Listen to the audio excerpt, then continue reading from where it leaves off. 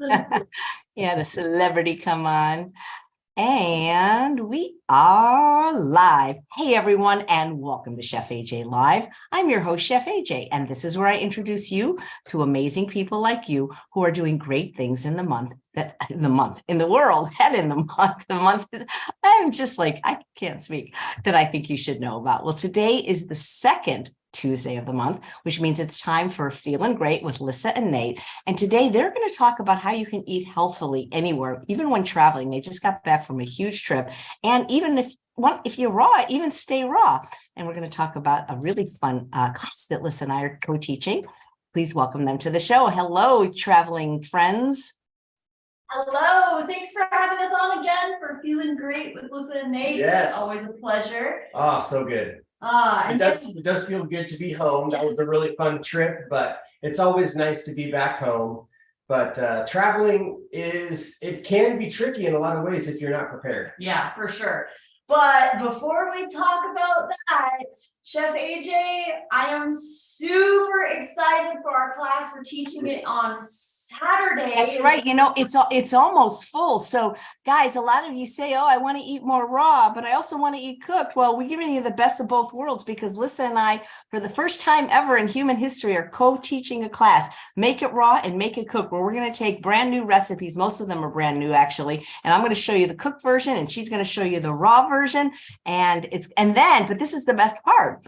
You don't learn by watching. I mean, it's fun to watch. You learn by doing. You don't become a great tennis player by watching Wimbledon. You got to get out on the court. And so I designed, starting last year, a series of interactive classes where you actually cook the recipes, or uncook in this case, and we watch you and we give you feedback and help. Oh, Susanna, who's watching live, is registered and she says she can't wait. She took the last one that was 12 weeks. It's 4 weeks. Click the link because we're almost full. It's going to be so fun because I haven't really seen you teach in a lot of classes, Lissa. So, I mean, you do the recipes, but I can't wait to watch you. Oh, I know. I'm really, really excited, especially to make your raw German cake. Oh my gosh. Dangerous. That is next level, that recipe. And then everyone's asking all the time for those the meatball recipe. We're going to be teaching the raw meatballs with the marinara and a cruciferous veggie salad and the stuffed mushrooms on Saturday. So the classes start March 18th and they go for 4 weeks. And we're going to be teaching all kinds of delicious, delicious food. So please click the link chefajandlissa.com and sign up for this first ever joint venture that we're doing. At least click the link and look at the beautiful photos and see what the recipes are. It's going to be next level. So you just got back from almost a week-long trip, and it was a road trip, right? You drove. That's right.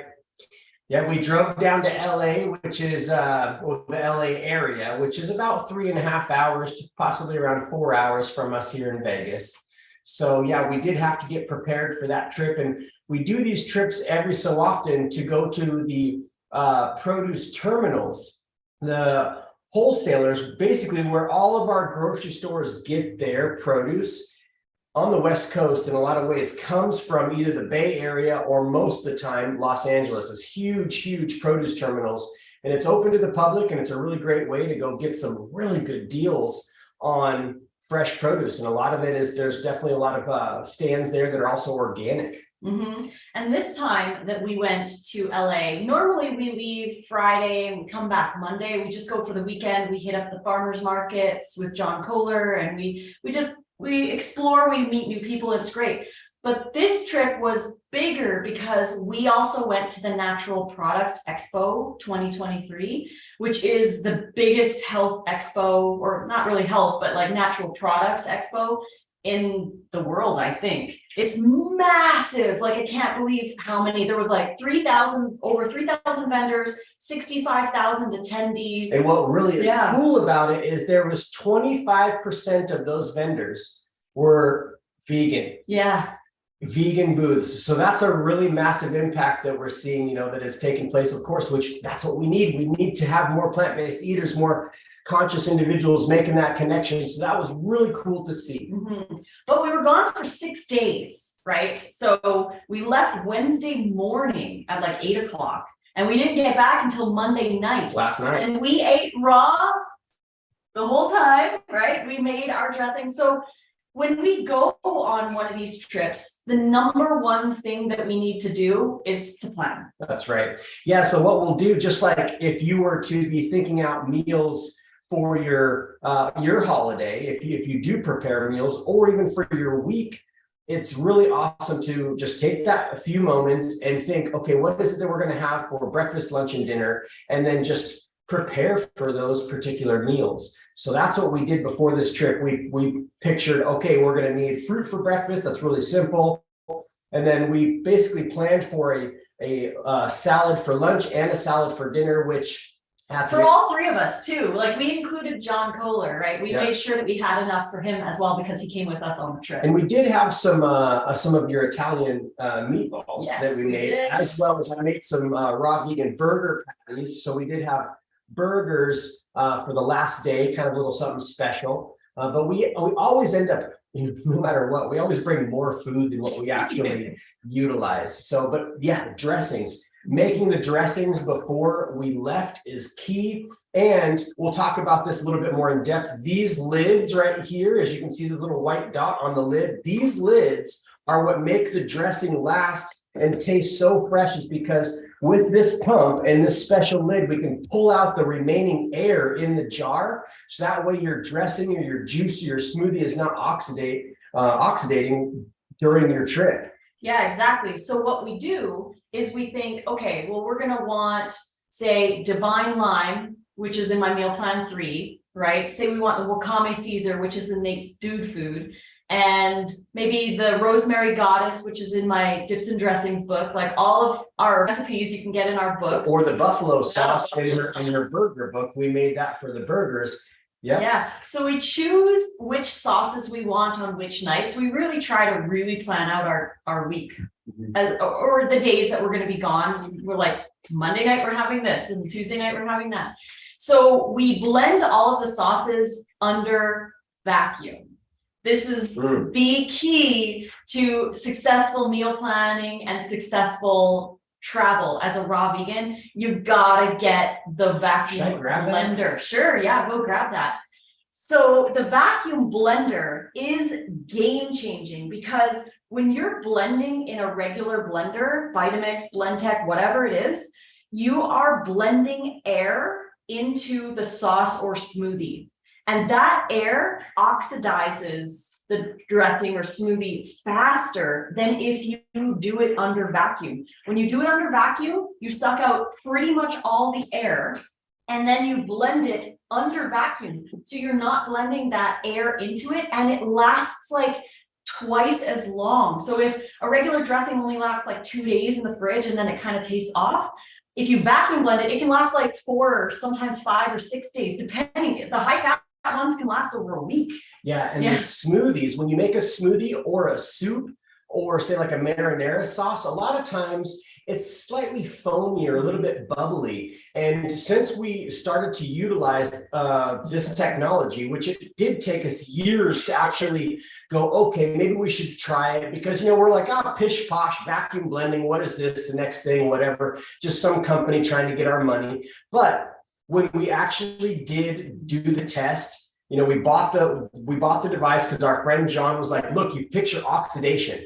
Oxygen helps break down the food. So if you have oxygen inside your container with your sauce mixes or your fruit in here or whatever, your greens to make a soup, oxygen is in here, and basically you're blending that oxygen into your mixture, which is going to oxidate it even faster. Yeah. So this here is the attachment, the BioChef attachment, which fits on the old school Vitamixes. It does not fit. Sadly, it doesn't fit on the new Ascent ones with the Bluetooth and all the fancy stuff, but it does fit on the older models. Like we have the 6300, and this jug, you have to get the jug that goes with the vacuum blending, because the jug has special bearings on the bottom and a special lid, because the regular Vitamix jug isn't strong enough to hold the vacuum, because it's really intense. If you fill it all the way, it's loud, because it's blending under vacuum. And then it's got the silicone, which of course, you can take the silicone rubber band off of here, but this makes a nice tight seal, different than the regular vacuum lid. And then of course you can take this lid off, right, to add stuff in. But this lid here is a special lid as well, that is really tight. And then you've just got a little release valve right here, which of course you can pop this off even to wash it's just a little piece of rubber. You don't want to lose that. But essentially this right here, as well as this right here. Now I'll get a little closer here to shooting this here. This is the magic tool. This is the vacuum. Now you can see it's got the cord, so you can plug it into the wall if you use it quite often, but you can use 6 AA's in the top. The lid unscrews. But so essentially you just put this right on top. You've got your vacuum and then the release pressure button, just 2 buttons. It shows the red when it's vacuuming, and of course you can hear it, and then it turns green and stops when it has sucked out all of the air. And essentially you just put that right on top. So it's not much quicker than your regular blending process. Toss in your ingredients, pop the top, put the vacuum on. This is the part that you have to wait a little bit longer, maybe 30 seconds or so, to pull out the rest of the air that's in the carafe. Yeah, and then once that's done, and once the light turns red, you can push this bottom button to release the vacuum off, and you'll notice the lid will be kind of like sucked in, which is a good sign that you're ready to go. And then you just blend it like you normally would, pull the little valve to release the air, take the lid off, and you've got vacuum blended dressings that you can then put into your jar with the vacuum lid, which is the second step, the most important part. So yeah, basically doing these 2 things, blending under vacuum and storing it under vacuum, the dressing basically has, or the soup or the smoothie or the sauce or the juice, because you could even juice in your blender, blend up all the stuff, milk bag out the pulp if you wanted, and store it under the vacuum sealed lid, and it's not going to oxidize. It's going to oxidize much slower. Yeah, eventually it goes bad, but it's like 2, sometimes even 3 times longer than if you just blended it regular and put it in the fridge. I shouldn't say that it's not going to oxidize, because it will oxidize. It's just going to be a lot longer. Slower. So I wanted you to show them how maybe you could go grab one of our dressings from our trip. Oh, yeah, they're in the cooler. Okay.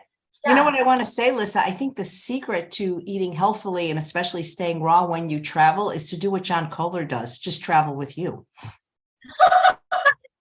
That's a very, very good option. Yes, definitely. I know it's fun because John, he loves our recipes and he's always excited to see what we create for him, because he doesn't really make like too many recipes himself. He's always happy to have like our burgers and our tacos, and we make him salad dressings and we load him up with variety he loves. We do learn a lot from John. Yeah, we do.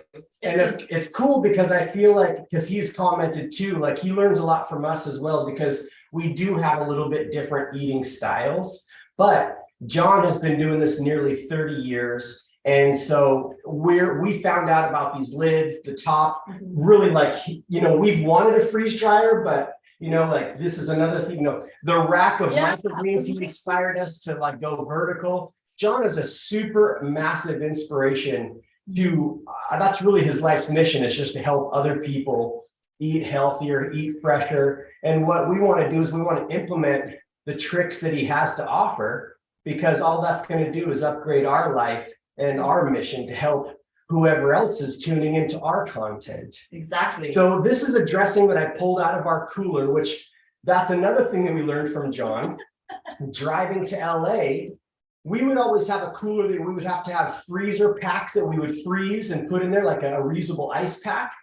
And John has, which these have been around for a long time, he's got a cooler that plugs into your cigarette lighter, as well as it comes with another cord. You could plug it into the wall when you get to the room or wherever you're at. So we took a couple trips with him, and he's got 2 of those coolers, a 40 quart and a 50 quart, and or a liter, maybe, I'm sorry, a liter, 40 liter and a 50 liter. So we said, hey, well, I guess a quart and a liter is the same, isn't it? But we're like, we should get one of these coolers ourselves, because he let us use one. He let us, one of the trips. he let us use one. Well, actually, it was 2 trips, and we were using the 40. Yeah. And we were finding we weren't having enough space, because we like to, eat a lot of fresh greens, and he does a lot of juices. And so his stuff packs in his cooler pretty nicely. But we're like, man, we better get one of these coolers and get a bigger size. So we got the 65 liter, And what's so cool is it's the newer edition, and you can actually buy a battery pack that slips right into the back of the cooler. So when you plug it in overnight, it charges that battery, and that battery has been running since yesterday morning. It's been running for, well, not quite 24 hours because we did leave around 1. So, but it's been running over 14 or 15 hours right now on the battery. So, and of course, if it's hotter, you know, say it's like summertime, it's not going to last as long. It's not as hot right now, but that is the coolest thing, because now we have our cooler in the trunk of the car, but we have a truck, so in the bed of the truck, and it's keeping all of our stuff cold without having to plug it into the cigarette lighter.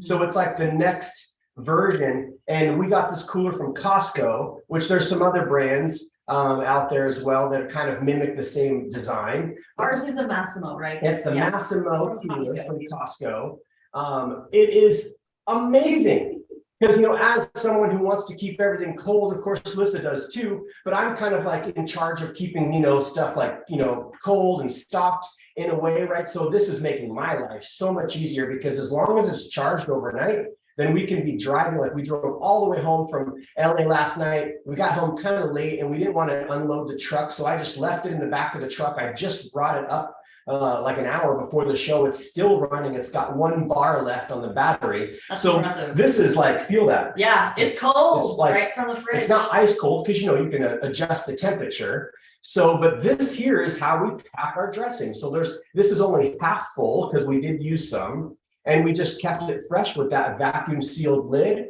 So when you open this up, you know, it is, here, I'll do the little, I don't know if you can hear. Let me see if you can hear. Great, listen. Hopefully you guys can hear that, but it released the pressure. So this is the game changer. We've got the vacuum that comes with the lids.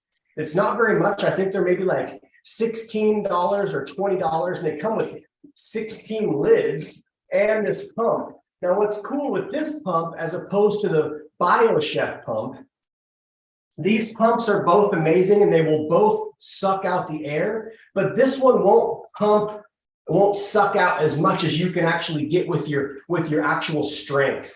But if you know, say maybe you're an elder or something, you don't have a lot of, you have to do 20 jars. Something like this might be really nice to pop onto the different jars to get the air out. And then you could come through and just do the last couple suctions with this hand pump. But yeah, the hand pump, you know, sucks. It sounds like it sucks so much more. But another thing that we use the hand pump for is another part of the travel is how do we fit all our veggies and stuff into our box. For one, we do fruit for I'm breakfast. gonna go put this back in the cooler. Yeah. So I'll grab the lettuce. okay. So for one, we do fruit for breakfast. So like mangoes, melons, and apples are the best fruit to travel with. Those are really easy to pack in the truck, and they don't need to be refrigerated. Citrus is also another really good one to take traveling. So we do fruit in the morning. It's really easy. And then we have our vegetables. So our lettuce, normally we chop a lot of stuff before we go, especially this trip. We chopped a lot of stuff because we were super busy. We were walking around the show. I think we took 60,000 steps in 4 days at the show. So we really needed to have things prepped and ready. So we chop everything before we go on our trip, and we vacuum seal it in the bags that you get from the BioChef. Now, what's cool is John did go to the show back in Chicago, and he found a new style of bag which has a better seal, because this is essentially like a sticker. And they send you, when you buy these bags, they send you extra stickers that goes over the tiny pinhole.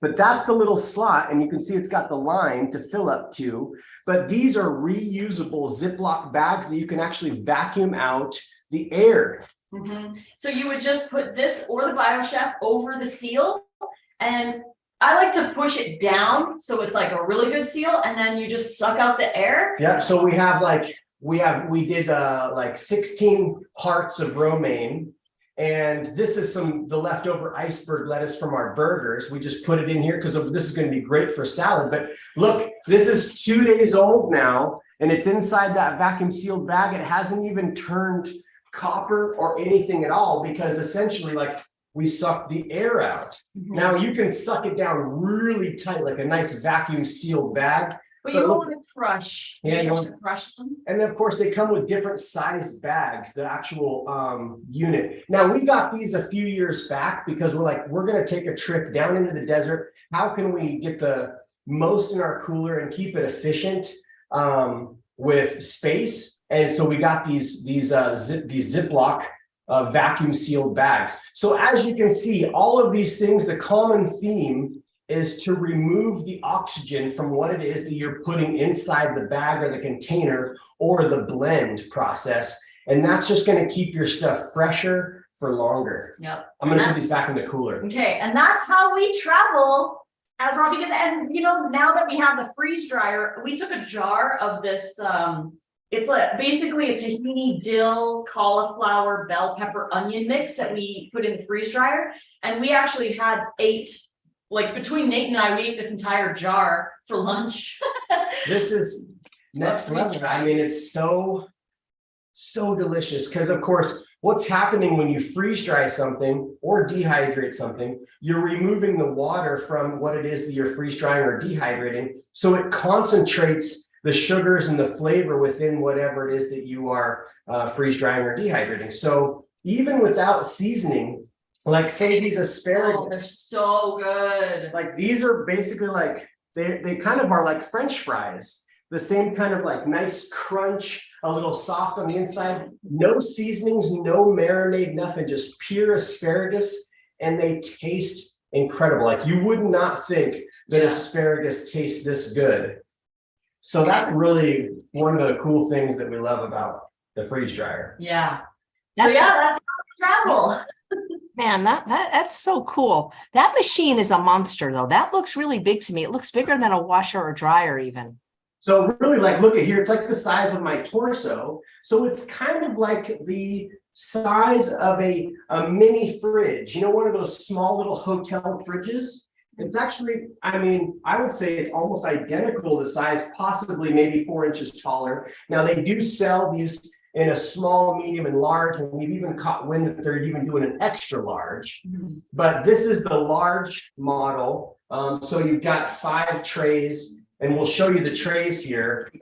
Here's the size of tray that you're using, stainless steel tray, and we've got this really nice silicone mat, which makes the cleanup so much nicer. This is an aftermarket purchase, but yeah, you just, you know, use these trays to put all your goodies on. And I know it is kind of big though.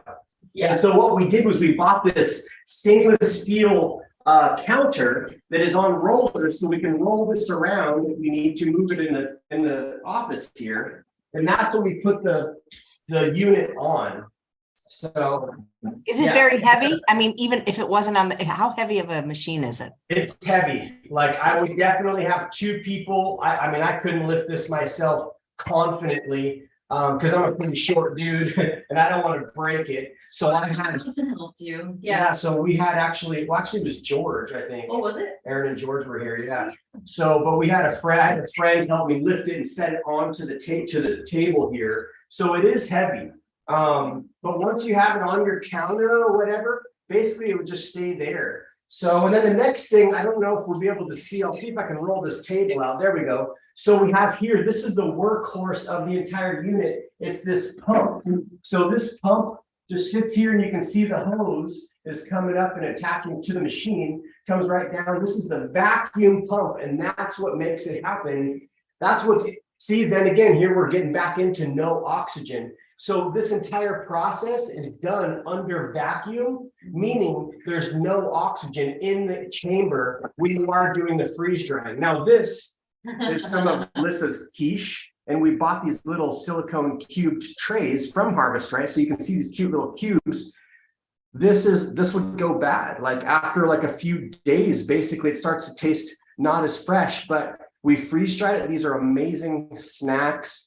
Or, you know, if you do backpacking and that kind of stuff, and it doesn't weigh like anything. Yeah, it's incredible. Yeah.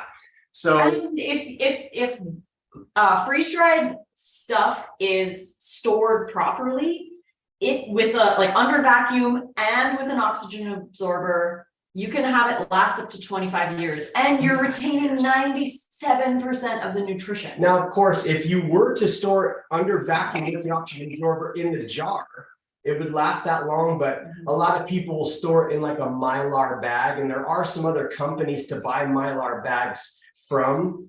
So make sure if you are shopping for Mylar bags, just shop around, you can get the best price. Let me grab a dragon fruit. Yeah. To show.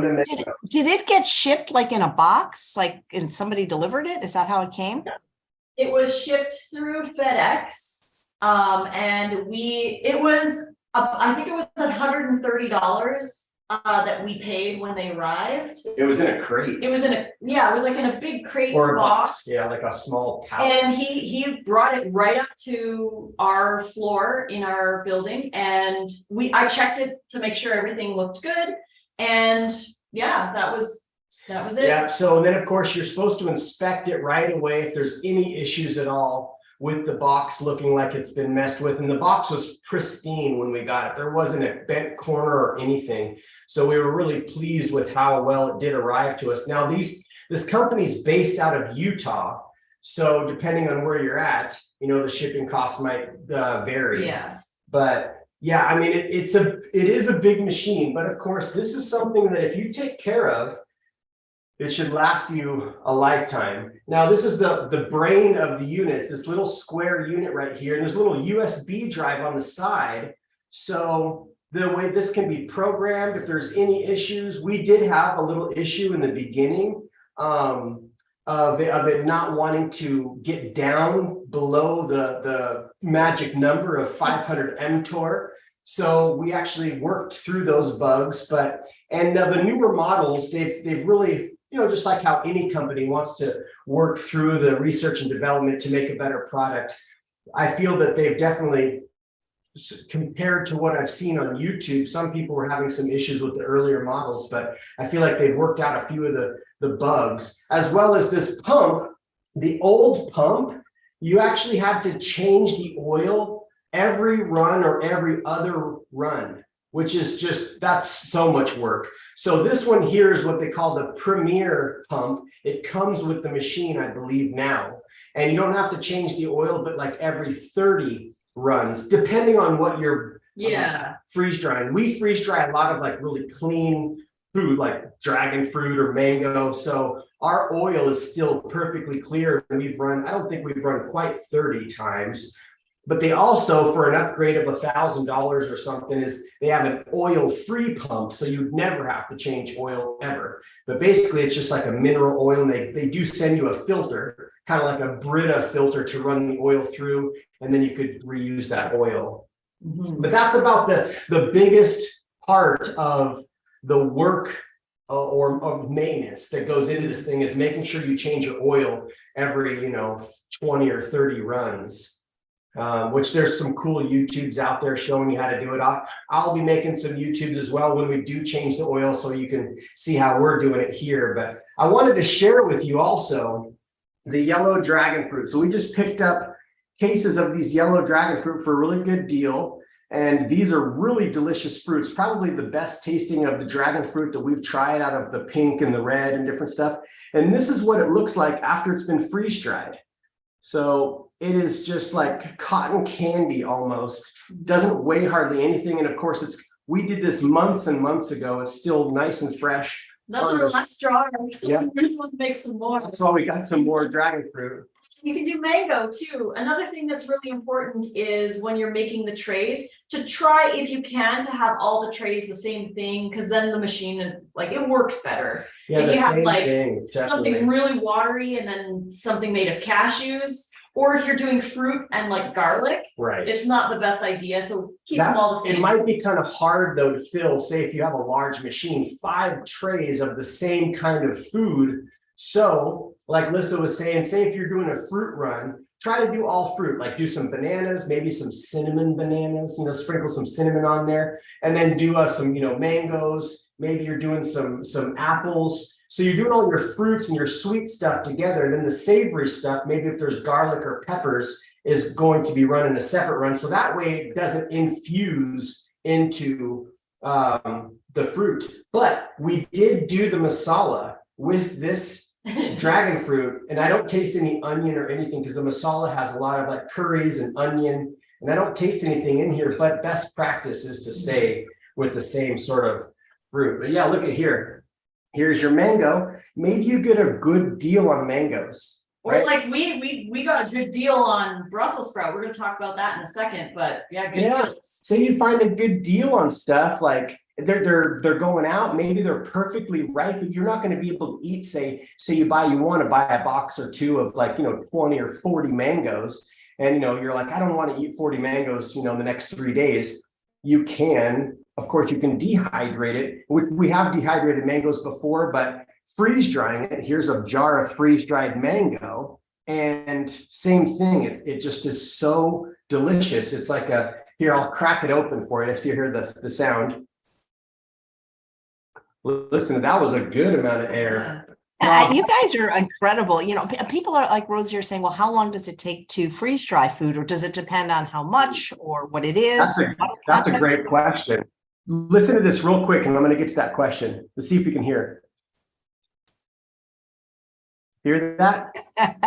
A drum it is not, but I get where you're going with that. I've had freeze dried fruit, and it's very crunchy. It's got a nice crunch to it. It's space food, basically. Right. So yeah, go ahead and tell me, Dave, how long it takes. So depending on what you are dehydrating, and like you want to have a decent amount of surface area, because then there's more surface area for the water to sublimate out of whatever you're making. The more watery the stuff is, like fruit, is going to take a little longer. But I would say on average, I don't know, it could be a pretty big range, anywhere from like 16 hours to like 40 plus. Yeah. It really depends on what you have in there and the hydration level, but average, I'd say like 25, 28. Yeah, say like if you were to do something really liquidy, like a soup, like you fill this tray with a delicious soup, or like maybe you're even doing some like nut milks, like a hemp milk or an almond milk, and you fill this tray with an almond milk. That definitely is going to take longer than if you were to do something like this, like these Brussels sprouts. Yeah. But essentially, yeah, right around anywhere from, like she's saying, you have 20 hours to 40 hours. But, say you set it in the morning, do it in the morning. Say if Saturday, you're like, I'm going to prep up a bunch of stuff this weekend. You could get your trays going, say, Friday night, and freeze them, which we're going to put together here real quick with you, show you kind of the prep of the tray. And then Saturday morning, you can start your machine, load your machine up. And then by Sunday morning, it most likely will be ready to take out, and you can pack it into your jars or your Mylar bags or whatever. So of course it is work. Just like if you have a pear tree or an apple tree and you're like, oh my gosh, it's harvest time. Harvest time is one of the most stressful times, most joyous times as well. But it's a very stressful time because there's so much food to process during harvest. And of course, that's what's so cool with their name, Harvest Right, because if you do harvest right, you can preserve your harvest. And of course, it's not going to be as good as it is eating fresh, like fresh apples, fresh pears, plums. Fresh is best. A great alternative. And like we mentioned, we got 20 pounds of Brussels sprouts for $14. There were 2 boxes of 10, $7 each, and they're organic. Which is way more Brussels sprouts than you would ever even, toy with. Like, that's just way too much. Because we eat maybe about like 3 or 4 grated into a salad every night. Yeah. So that's like a lot of Brussels sprouts. So And let's freeze dry them. And of course, like light steam or something is really delicious. But to go through that many, we'd have to be eating Brussels sprouts for the next week, every single day. Without, I mean, actually, it's a cabbage brassica style, so it will last a bit longer than say like a tender leafy or something rather. But what's cool is we have this Harvest Right machine, so we can marinate it. Even just these by themselves, just these little Brussels sprout halves by themselves will taste delicious. And it's going to, of course, have a Brussels sprout flavor. And for those of you who love Brussels sprout flavor, this is going to be really good. But the way that we can up it to the next level is we could add, say, like a fat-free, where this is nothing is fat-free completely, right? There's chia in here. A banana has fat, even romaine lettuce has a little bit of fat. So, but this is a very low-fat dressing that we blended up before the show here. This is the sweet maple mustard. For those of you who have my meal plan 3, you can also get it on our store, like in our ebook store. 40% off any or all of our recipe ebooks. Code is RAW-Feelin for those of you who are interested in getting more raw vegan recipes.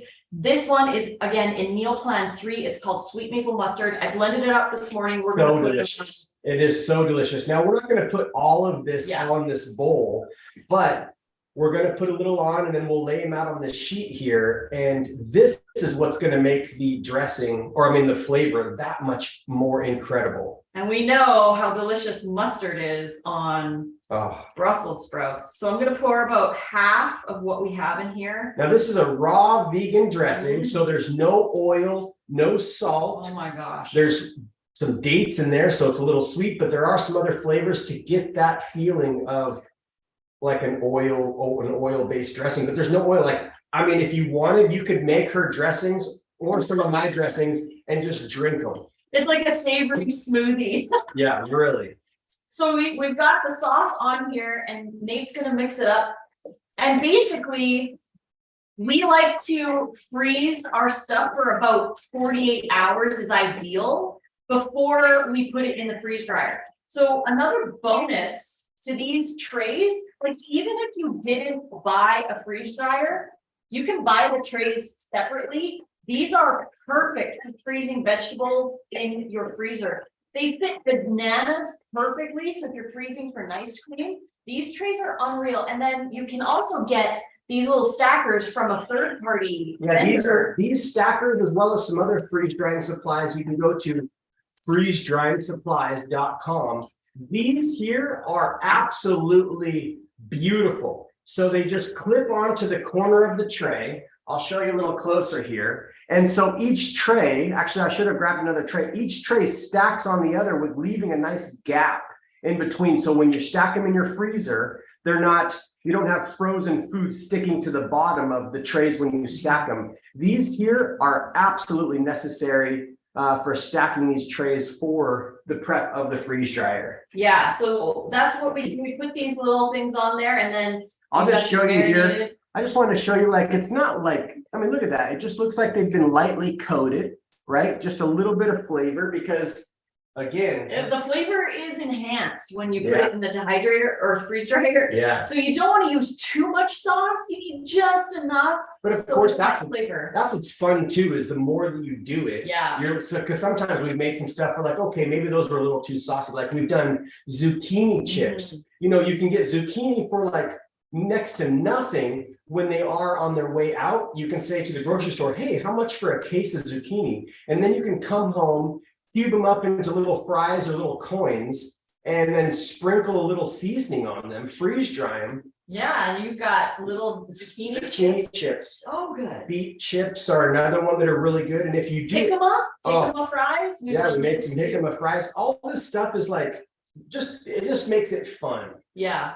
It's a different texture. And then you can take these with you when you travel. Right. And you can have them as snacks. And Nate and we're going to be writing an ebook next year about different recipes that you can make in the freeze dryer, as well as recipes that you can make in the dehydrator. For those of you who don't have a freeze dryer, it's going to be an entire ebook all about traveling, camping, backpacking, all of that stuff, doing it as a raw vegan, and we're working on making it work. We're working on that all this year because we want to like try all these recipes and make sure they taste amazing, and then teach you how to reconstitute it, whether you're going to keep it raw or whether you're going to have a little backpack stove, or if you want to do them on your stove top, because all of this stuff can be reconstituted in warm water. You know, you could make a nice soup and basically just have it in a bag. That's what I mean. Freeze drying stuff's been around for a really long time. You just toss that bag in your pot of warm water, and you've got a nice,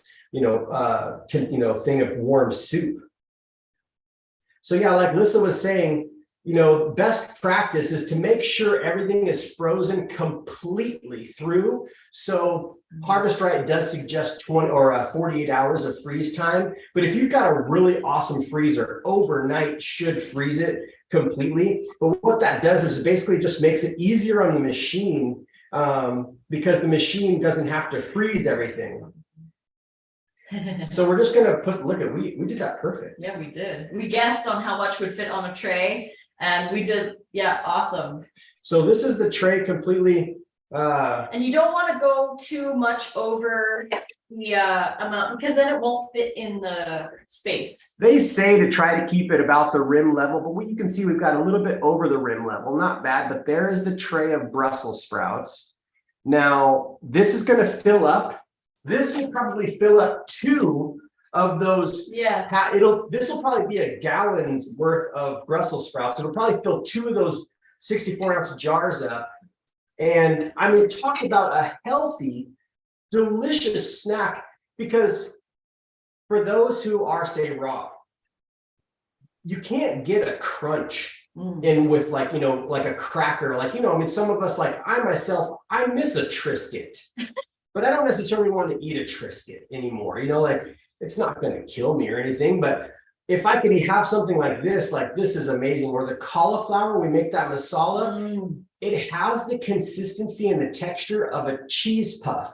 Now, some may be thinking, well, why do you want to eat a cheese puff? Because cheese puffs were good, baby. I loved cheese balls. Those were fun to eat. And it's the same consistency and texture in the way it dissolves in my mouth as a cheese ball, without all the BS that's in a cheese ball. Right. Yeah. And it's healthy. It's nutritious.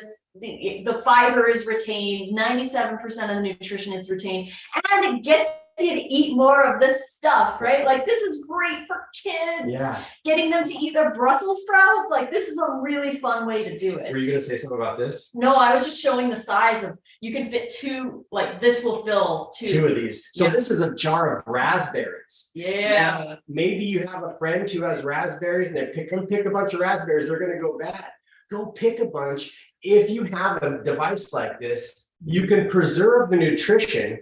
That's what's so cool, is this is all about food preservation. This machine was ridiculous investment. This was like, I think we have over $4,000 invested in this whole thing, because we bought extra trays. So when these trays are in the freeze dryer filled up, we've got another set in the kitchen that we could be preparing and freezing, so we can just swap out. Yep. So we can just swap it. Oh, those are the cups. We also invested in these, which make the cubes. Yep. So those, we've done some banana ice cream. You could do smoothies in this. Look at this.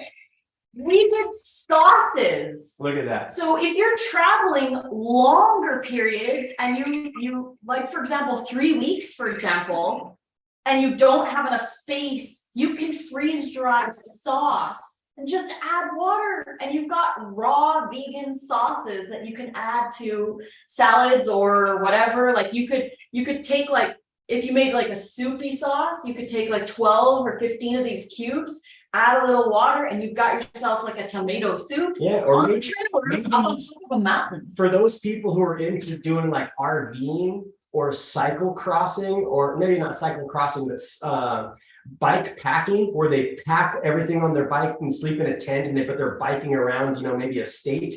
This is amazing food to keep with you, because it's so light and it's so nutritious. But, of course, what it all comes down to, just like anything in life, is it's all about the prep.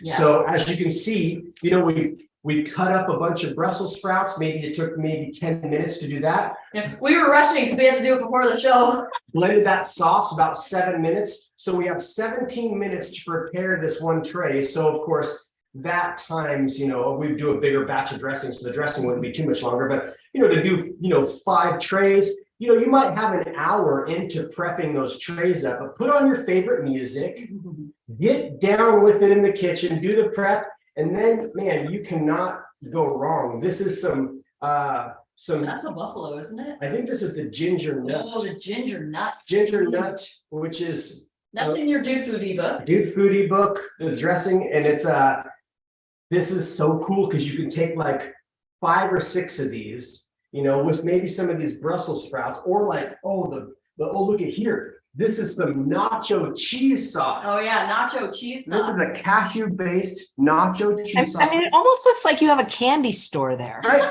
because of the logo, right? See the logo? That's the Harvest Right logo. So you take this nacho cheese, maybe you have some freeze-dried cauliflower, or the cauliflower, or say some broccoli, freeze-dried broccoli. You've got a few cubes of these. It doesn't weigh hardly anything. And I like to do a lot of, Lissa and I both like to do a lot of backpacking, where we take, you know, our tent and our sleeping bags and we go out and we sleep out in nature. But how do you keep it raw? Because raw food is so water rich, it's really, really heavy. But you take some freeze-dried broccoli, because it reconstitutes and has almost the same kind of texture as steamed broccoli.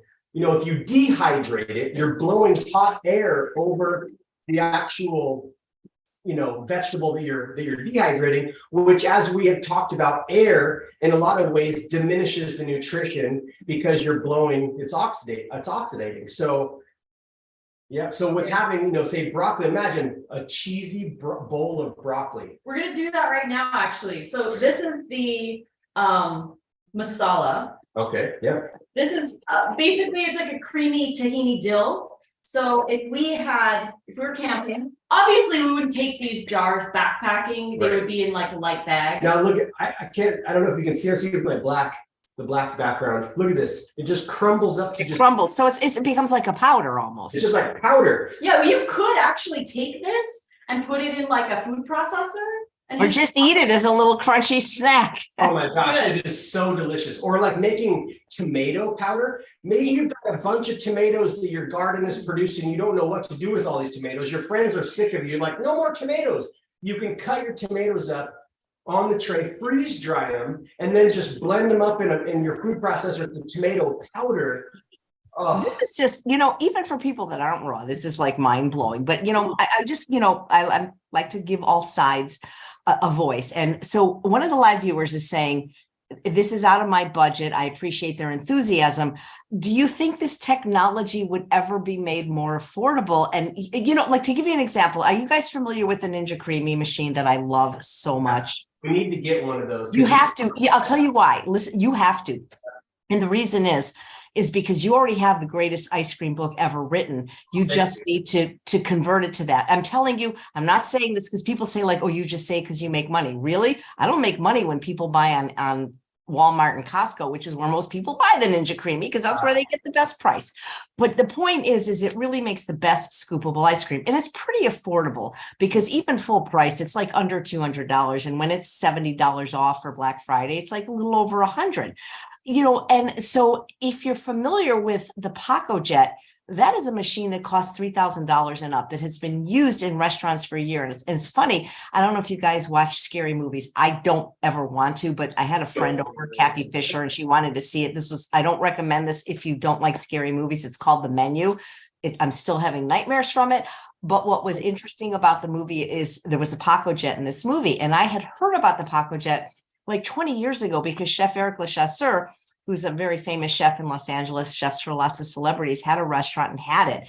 And it was like, it made the best vegan ice cream because it makes it scoopable. And unlike, you know, the Vitamix and stuff, you can re-spin it.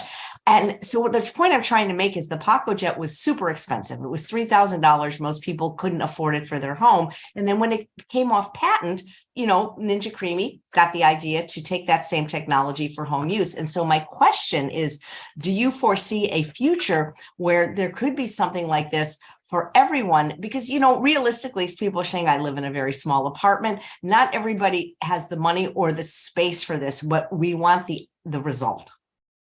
Exactly. I do feel that I would like to imagine that it would come down in cost, you know, because it took us, we actually had a separate little account that we saved up for this, and we saved up for over 3 years to purchase this machine, because we understood, we would think about different things that we could make freeze dried. We're like, we have to get a freeze dryer. Let's start saving up Now they, of course, they do sell smaller machines that aren't as tall as this. Yeah, they have a 3-tray, I think and most of the time they have really good sales like Black Friday. I think But it's like $300. I was gonna say, you're still spending a couple $1,000s on it, but I know some people, and I mean, when it comes down to your ROI, the return on the investment, you know, how long is it gonna take you to be able to, there's nowhere we could buy this kind of, I wanna show you this, what's not the Romanesco. Yeah, Romanesco. This is that like really cool fractal looking broccoli or cauliflower. And Oh my then God. we've got some purple cauliflower. You cannot buy this anywhere.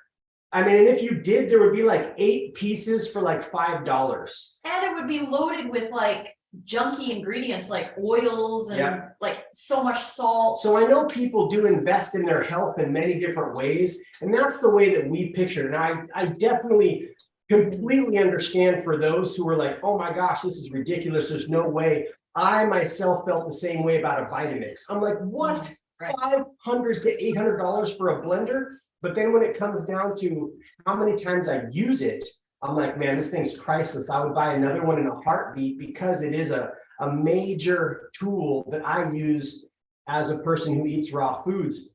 It's just it just levels up. It's just different ways to level up. Now, I know some people also invest in like water filtration machines, which could be thousands of dollars. All of this is for the health of our bodies. And so really when it comes down to it, when we think about if we're sitting in a hospital bed or we have some sort of issue coming up, it doesn't matter how much money it is. We want to be feeling better. And we are affiliated, so we do get a percentage if someone does buy this machine through our link, 100%. But I totally get it. Not everybody's going to want to shell out, you know, and of course we get excited because it's a pretty new machine. We haven't had it quite a year and we're like blowing up with ideas with what we want to make. But I definitely understand it is a heavy pill to swallow. It's a big pill to swallow. But after time too, like we were talking about buying cases or like if your friends have too much fruit or whatever, the thing is like the amount of Brussels sprouts that we just got for $14 at the market, we got 20 pounds. So at Costco, they have 2 pounds of organic Brussels sprouts for almost $5. So if you multiply that by 10, that's like almost $50 worth of Brussels sprouts that we bought for $14. Yeah. And we're able to preserve it. So in a way, it really does save a lot of money if you're able to do stuff like that. Right. In the long run, it's going to pay for itself quite quickly. So I wanted to show you real quick. And like I said, you know, we're not trying to talk anybody into no, it. no, and I'm not saying you were. I'm just trying to address something because I personally, really do hope I mean, I really want one, and it's not even the money. I mean, I'm thinking like, where am I going to put it? It seems really heavy, you know. I mean, and the other thing to consider is this is your lifestyle. You're committed to it, and if anybody has ever bought things freeze dried, it's a lot. It's really expensive. I mean, when you buy it, I'm going to open up this little thing of strawberries. This is a little pack of strawberries and it has strawberries and sugar as the ingredient. Now, we did buy a whole flat of strawberries, I think for like $12. And we've got like the last run that we did these jars. We have 6 of these half-gallon jars full of just pure strawberries, no sugar added.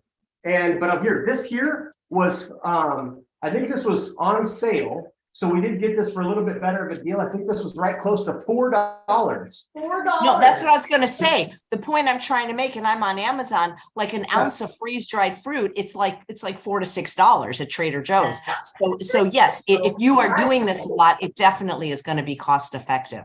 I hope though that it does come down because more people should have, and really when you look at what's involved in the machine itself, they're making a grip of profit because it's a special high-powered vacuum, which, you know, could be essentially kind of like a refrigerator or a freezer. I mean, people who are like really genius engineers could figure out how to make something like this.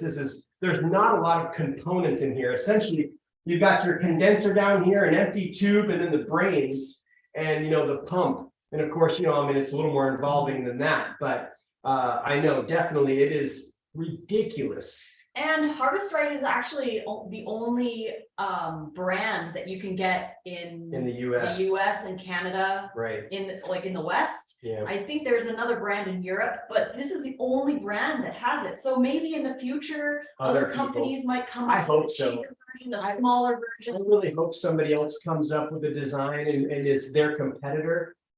Because that's another reason probably why they are setting the bar so high. Plus, there's a lot of, you don't have to be a vegan or a raw vegan or something. I mean, people are doing all kinds of powdering eggs and milk and all kinds of animal products. So there's a lot of people that are into the prepping niche and, say getting their place set up to where they've got years worth of food. So if the stores, something happened to the grocery stores, if the trucks stopped running, right? Like we would be up the creek without a paddle if we didn't have food reserves. And that's why canned goods and stuff are so beneficial. But when you look at the ingredients in a canned good, you're like, oh my gosh, there's 1,000 milligrams of salt in this can of beans. Like, Right. We're not setting ourselves up. Like these strawberries, this is normally $5 worth of strawberries. Now these are delicious for the kiddos, but they have sugar in them. So, but if you could say, grab a great deal on a basket of strawberries in strawberry season, this is just unadulterated, pure freeze-dried strawberries. It's going to be much healthier of a snack. Now, this here is what it looks like, the cheesy cauliflower reconstituted. And it looks like it's just like thinking, maybe not right now, but I used to travel every week and what I wouldn't have given to have this machine, because I heard about it a long time ago at a Live Ultimate Weight Loss Conference when Howard, one of my participants, gave me these what looked like Ziploc bags full of, he goes, here's your red lentil chili, here's your black bean mushroom chili. And it was like mind blowing, Yeah, definitely. I know. So that's really, so good. I know we're on a time crunch here. But not really. I mean, it's only because I like to eat lunch, but no, I love you guys. So keep going if you need to. I mean, I know, so selfish of me, right? Watch it. Oh, you want to grab the avocado? Right. So maybe you get some herbs. Maybe you want to buy a bunch of cilantro. This is some freeze-dried cilantro. I know the reflection's kind of harsh there. This is black rice, forbidden rice that has been soaked and bloomed. So it's raw, it's not been cooked, and we freeze dried it. This reconstitutes deliciously, way better than dehydrated, because we've tried both, because we're working all year on this new travel book for recipes. Let's add some of that to this. Yeah. But people, like you said, it's not just for raw food. People unfortunately use it for meat, and you can use it for vegan cooked food or really anything. And people are asking, like, Crystal, what is the approximate cost of this machine? And I suppose it depends which size you get. You have a large, but you say they have a small and a medium and an extra large, I believe. That's like anywhere from 2,300 to like 3,800. So there's several thousand. There's a couple thousand to several $1,000s. And so it is a big pill to swallow in a lot of ways. And then you think, okay, ROI, I'm going to use this for, take care of it. It should last forever. Really, I can't really see anything going. And if there is, you can buy some replacement parts if you needed. If you needed a new brain or a new condenser or something, they'll help you. But, we kind of figured it out like, okay, how fast would we be able to pay this off if we were to be buying these kinds of meals? For one, we would not be able to buy these kinds of things. Because the company didn't give you one. That's what people think, like, oh, you just get all this stuff. You didn't get it. Yeah, you had to buy it. It's my goal to make a bunch of videos and to promote it for the next couple of years, to where, because I know some people have gotten the machine given to them from the company. It's actually like one of my secret goals, which I'm sharing with you today. I hope to be getting one of these machines kicked down for free. I'm going to send this video to the company, because they should. You guys use it. You talk about it a lot. Who else has this machine? Do we know anybody else that has this machine? So this is avocado, right? Now maybe you can get a deal on avocados. You have a friend who grows avocados. What are you going to do with all the avocados before they go bad? Spritz a little lemon juice on it. Look at this freeze. You could make guacamole, pour it on the trays, and you have guacamole. All you have to do is add a little water, reconstitute it. Look at jalapenos. Look at these beautiful jalapenos. Oh, yeah, that I would love. I love fresh jalapenos. I put them in soup. I just love them so much. And they just taste so amazing.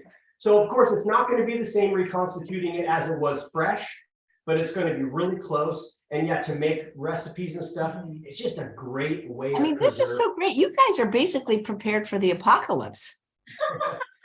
You know, Do we know anybody else in our community at Vegan, Raw Vegan? Does anybody else have this machine? Because you're really the only ones I've seen demonstrated or talk about it. I've got a couple comments from some people in my audience saying, oh my gosh, that's so cool. You guys got one. We love ours. So there are other people out there. You know, not everybody creates content and shares what it is that they have.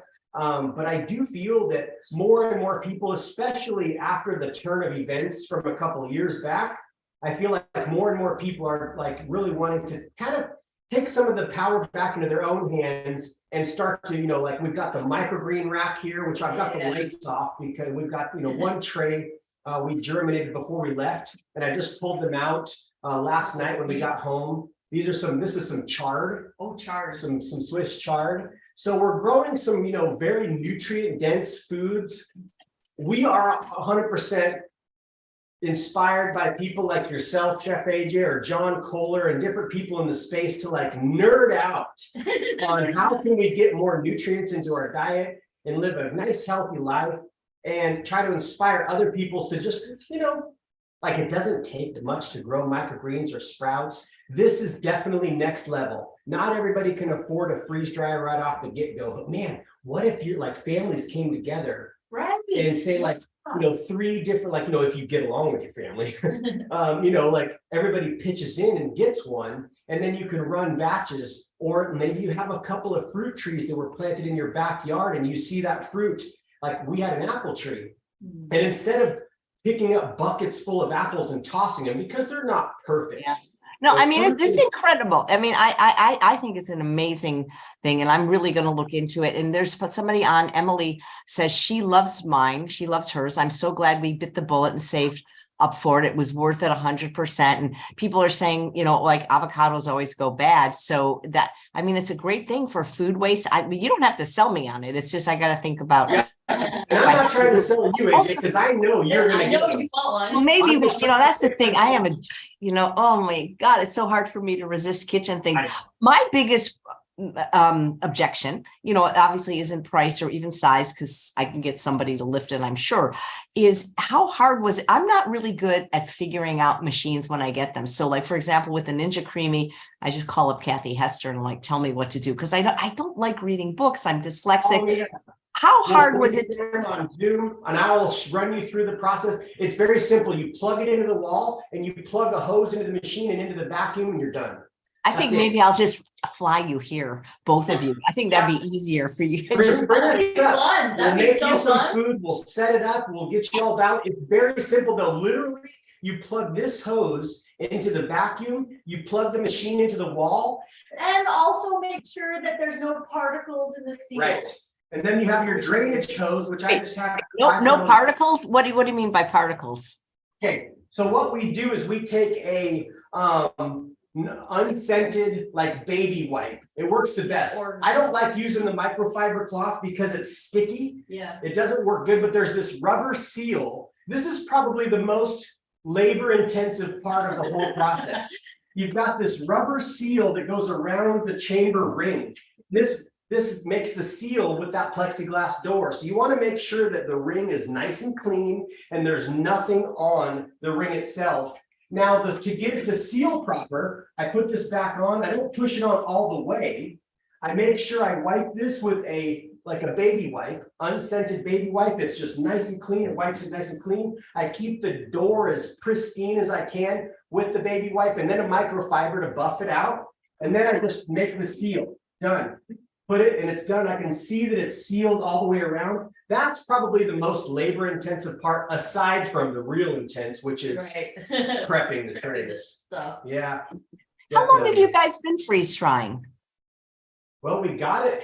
We got it in August. Wait, was it? Yeah, we got it and toward well, After when you were away, so like July, August-ish. But we actually didn't set it up and start using it until like September, October. Yeah. Yeah. It sat it sat here in the office because I was like, maybe I should do an unboxing video and try to do the video of like putting it all together. There's lots of videos out there, people putting it together. I watched a lot of YouTube videos to figure out what to do myself. The company will help you as well, but YouTube is amazing. People can learn so much from YouTube, just like your channel here, AJ. I know. I love it so much. Hey, I'm curious, is there anything that you can't freeze dry? Like, could you freeze dry sprouts, for example? Yes. So actually did I bring it? Nope, I didn't bring a thing of sprouts, but you can freeze dry sprouts. I can grab a jar. I've got a jar of sprouted mung beans, sprouted lentils, actual microgreens that we couldn't finish, or peas. You could line your tray full of, you're like, oh my gosh, I've got a tray of peas, but I need to take off for whatever reason. You could line your tray, freeze it, and then just freeze dry those pea microgreens or cilantro or green onions or any kinds of herbs, any kinds of sprouts. It's going to retain the nutrition because it's, of course, under vacuum. There's no air in there, and it reconstitutes tasting delicious. It's lightweight. I know it's the same thing over and over, but yes, there's really, I can't picture anything you couldn't freeze dry except for high fat. It doesn't do like, it's not like you can put peanut butter or something in there and freeze dry peanut butter cubes. The peanut butter would have to be mixed into a recipe of some sort to where it's not solid peanut butter, because it doesn't do like high fat stuff like nut butters. Yeah, or like lots of oils. Oils. Yeah. Like you could, I know there's some companies that put a little oil in like the packaged stuff, but you really can't do like all oil or mostly oil, because it just doesn't. It's about the water, right? Because that's the whole point of the machine, is the sublimation process, which takes water out of the strawberry by bypassing the liquid stage of the water. So it goes from ice or solid to vapor, gas, and then it's sucked out of the machine. And that's how it works. Yeah. Basically, it's the sublimation process. So then the next biggest thing is here, I've got here the bucket, and you can see the water in there. That's all the water from our food.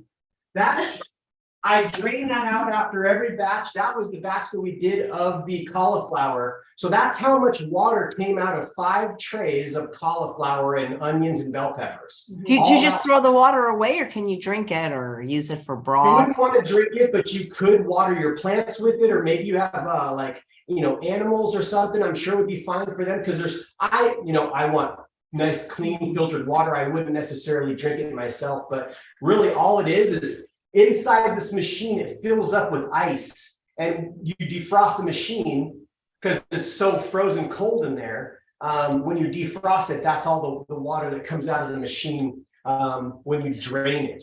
But yeah, if you have house plants or something like that, that's a great thing to use for the house plant. She's got This the is so good. Oh my God. cheesy broccoli I can't help it. with the rice. Mhm. Cheesy broccoli and rice, and you saw like doesn't weigh anything. You could have, when I went backpacking on the Colorado Trail with my son, I would make some of the dehydrated and freeze-dried meals that we made, and people were freaking out. They're like, you need to start a company. This is the best stuff I've ever tasted. And I'm like, yo, this is way better than top ramen, because a lot of the people out there are eating just like top ramen and like peanut butter packs. And I'm eating like this delicious, it's just funny, man. Yeah, we have one recipe favorite. It's like a tomato curry chili. So let me ask you, so if I made just one of my cooked vegan recipes, like my cauliflower bisque, I can freeze dry that. How then when I travel to my destination, like how do you know how much like boiling water or hot water to put in to reconstitute? That's what we're working on this year, is to figure out the recipe. Like, okay, if you've got this much freeze-dried product, do you need a half a cup of water, or is it going to be 1 cup of water? Because you wouldn't want to add too much water if you don't want to have a soup. So that's really where it comes down to like trial and error. For this bowl, I added about a 1/4 cup of water. And I just want to say, this rice, it tastes like actual. Like it's raw. Like we bloomed the rice and then That's freeze-dried. crazy, man. I wish you guys lived near me or you guys are mind blowing. Hey, I'm curious, those jars do you have to get them, or could you just put the stuff in Ziploc bags, or that's not good enough to keep it fresh? Well, the Mylar bags, they're up in the cupboard there up top, other side, yeah. The Mylar bags is what you want to put it in, because it's not going to get any light. Now, these are in our pantry. So, and the jars take up a lot of space, and they're heavy, and they're kind of, a little bit more expensive than a regular jar. But if you're going to eat it fast, you could put it in a Ziploc, or you could put it in a Tupperware if you're going to eat, but it will If it doesn't have the oxygen absorber, if it has access to the air, Even just a little bit of air in there. it does change the texture slightly. You can taste like, oh, this isn't as crispy and crunchy as it was fresh out of the machine. Got it. But if you're not doing it to be crispy crunchy, does it really matter? Like if you're, if It it's, doesn't matter. so Marlari's saying this is really interesting. And she says, did you ever use a dehydrator before this machine to preserve foods? Yes, we did. That's a great question. We did. Okay. So we still use our dehydrator because there's certain things that like we want to do fruit roll-ups or crackers. There are certain things that the dehydrator works perfect for. Maybe we're doing like kale chips or our raw burgers or taco meat, or we're like warming up a batch of some spaghetti or something. Our dehydrator is invaluable in a lot of ways as well. Like I actually have a course coming out, a kitchen course, showing you everything that I've ever learned within the 6 years of being a raw foodie. And I suggest, this would be the very last investment, Yeah. the freeze dryer, because it is expensive, but a dehydrator is great. Now, the weight of these jars are completely different. Let's see if maybe people can understand which one's freeze dried and which one's dehydrated. So we've got A and B. Maybe somebody put in the chat who's watching this, which one looks like it's freeze dried and which one looks like it's dehydrated? Oh boy. The one that was in your left hand, I think is freeze dried. The smaller one. I don't know. I'm guessing. Okay, so you're saying this one here looks freeze dried? I think so. I don't know. I'm terrible at this. That's good. So this one here is freeze dried. Look at how it looks like whole raw. Oh, I get it This one now. over here is like very small. We did cut them up a little smaller, but these are dehydrated chunks of peppers. These are great. We still do dehydrate celery and peppers. What are the things that we have dehydrated that we've stored? That's and some lentils or mung beans, but essentially that's it as far as any kind of storing. Because we have this machine, this tastes completely different. It melts in your mouth, freeze-dried pepper. This is very hard and chewy because it's just a different texture. So that's what's cool is each machine are amazing. They just give you different textures. And to rehydrate this, unless you're using warm water or you're heated up on the stove, it's going to take hours and hours for it to rehydrate properly. Like I do cold soaks when I go backpacking. I just have a little peanut butter jar, an empty peanut butter jar. It's watertight. I can throw some of my dehydrated meal in there, some water, shake it up, throw it in my backpack, hike for like 4 or 5 hours. And when I stop, I pull that out and I can eat it cold, that it has been soaked. So the dehydrated stuff takes longer to rehydrate. This is like within either one. If you're doing it on the stovetop with some warm water, it's just going to take like a minute, less than a minute, and it's going to be rehydrated. So, but it's just really fun. I mean, we love raw foods. We eat raw foods predominantly for our calories. And this is just a fun way to prep stuff for when we go on a trip. Maybe we're going backpacking, we can bring something like this and have like a nice lunch. Basically like if you were to, it'd be a little harder to freeze dry salad. This is actually going to be our very first tray of Brussels sprouts. You guys are witnessing the very first tray of Brussels sprouts. This is going to be cool to see how this reconstitutes, maybe with some sauce. I already got the sauce on it, so we're going to be able to eat it just like chips. Yeah. All of this stuff, I know it's just another level of playfulness, I feel like, with our food and in the kitchen and preparing. And we're nerds. Yeah. We like to play around. This is like some people will invest in whatever for their hobby. Like, if you snowboard or if you're cycling or whatever your hobby is, right? You invest in what you enjoy doing the most. And this is like, for us, this is like a hobby. Like we really, really love it. We get a lot of fulfillment from it. Plus, we want to create recipes to be able to help others out there. Like I've got friends who do backpacking as well as bike packing. Like I have friends who have cycled from San Francisco to New York on their bicycle. And they're like, Nate, dude, help me out. Like what kind of meals could I be eating? Because I'm like, look, you're doing this amazing event for your health, but you're eating crap. you're eating ramen and you're eating, peanut butter packets. Like this is, or some of my friends even just take shots of oil because it's like super high in calories. And so part of me is like, man, if we could help inspire, who knows, maybe it would come down to where we could make meals and, have a packaging facility and a facility making meals. That's like super, if we were super rich, I would definitely invest in a company to set that up because we would have a lot of fun making some delicious. Wait, aren't leaf side meals freeze dried or are they dehydrated? And they use so much. They use so much things that I talked to them. I said, why can't you make things that are a little bit lower in fat and without the flour? And I think they do a salt-free one, but they always have fat in their stuff. What company? It's called Leaf Side. I think they have food. I've never tasted them. I think they're sold either freeze dried or dehydrated. It's just that they're way too high in fat for me. I see. Yeah, very possibly so. I know that at REI, they have the whole food aisle, and they have one company, I don't know the name, but it's all in recycled Mylar bags where you could just pour your hot water in, zip it closed, let it sit for 10 minutes, then you got your meal, and all of them are plant-based, which is super cool. I don't know necessarily the fat content. I should go in there and snap some pictures to see what the ingredients are, but some of the ingredients I'm like, that's really good. Like I would eat that. It's plant-based. There's no dairy or animal products in it. So I know that the things are limitless. And of course, there are people, like I said, who I really hope that people could get off animal products. That's something that really, we don't need. Oh, Leaf Side is freeze dried. So I just looked them up. That's really interesting. Yeah, and a lot of things too with companies that are selling the pre-made meals and stuff, they want to make it taste good like anything else. So they're going to add salt, they're going to add sugar, they're going to add oil, like all of it, they're adding to it to make people be okay with eating the plant-based stuff or whatever. But with ours, because we create our own recipes here that are oil-free and refined sugar-free, that kind of thing. Like we just use dates, maybe whole food miso is our whole food form of sodium. We'll add a little bit of that into it sometimes.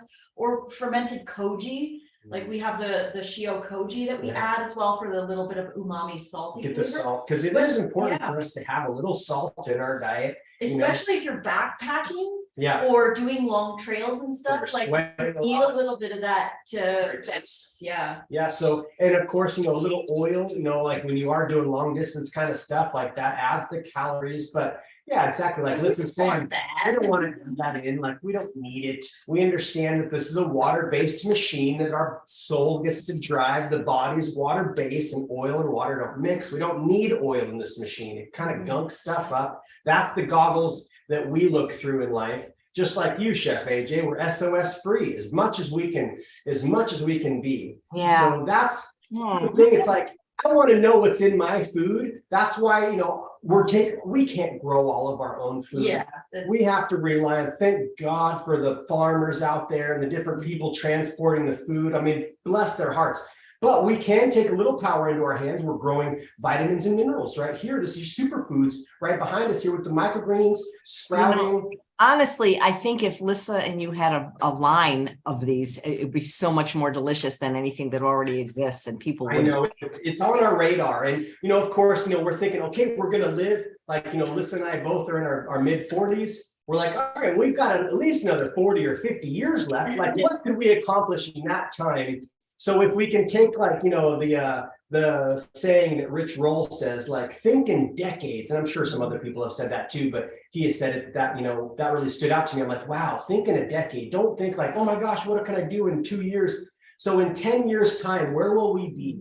I would love to have a line. There's no reason why we shouldn't have a line out for people, because like I said, I mean, being on the trail, and I wish Lissa would have been able to be with me to watch people's eyes open. And I'm like, yo, there's 20 different vegetables in that. And there's sprouted lentils, sprouted mung beans, and, bloomed rice. And of course, the beans, I had actually some beans in there. The beans weren't raw, but that was the only cooked thing in the, the particular cold soak. And they were freaking out. Like, so many people were like, where can we buy this? And I'm like, no, this is homemade. And of course, as we know, homemade stuff is the best. Yeah. Well, speaking of homemade stuff, next month you are coming on before both Easter and Passover. Any raw ways to make matzo ball soup or gefilte fish, or I don't know what people eat for Easter, but We should probably do an Easter show. Yeah. So cool. That would be so cool. We got to figure out something. We're gonna have to get the gears turning. Yeah, maybe we'll have a very special Chef AJ Feelin Great with Lissa and Nate, a recipe that we share just here with all of you guys. I'm That really would be- excited for your guys' show coming up soon, though. That's going to be really fun. yeah, it's a Saturday. class. So guys, check out the link because Lissa and I together, I want to say again, well, really together the first time. If you miss this class, you're going to be sad because you're not getting recipes anywhere else, and they're new and they're amazing, and you get to cook with us. And I can't That's wait. the best thing. I feel like as someone, as a viewer, I learn best when I watch someone do it. And then, of course, I know because it's computing within my mind. But if then I can do it right alongside or have someone coach me, how can you fail? You're going to make the meal so delicious when you have someone like right there with you every step of the way. Yeah, because we're gonna watch them make it. Well, guys, thank you so much. This was so much fun, and you got me thinking: do I want one? Do I want one? Do I need one? I'll think about it, but I'll watch a few of the company's videos and then I'll make a decision because I don't travel that much, but I think it's a fabulous machine, really.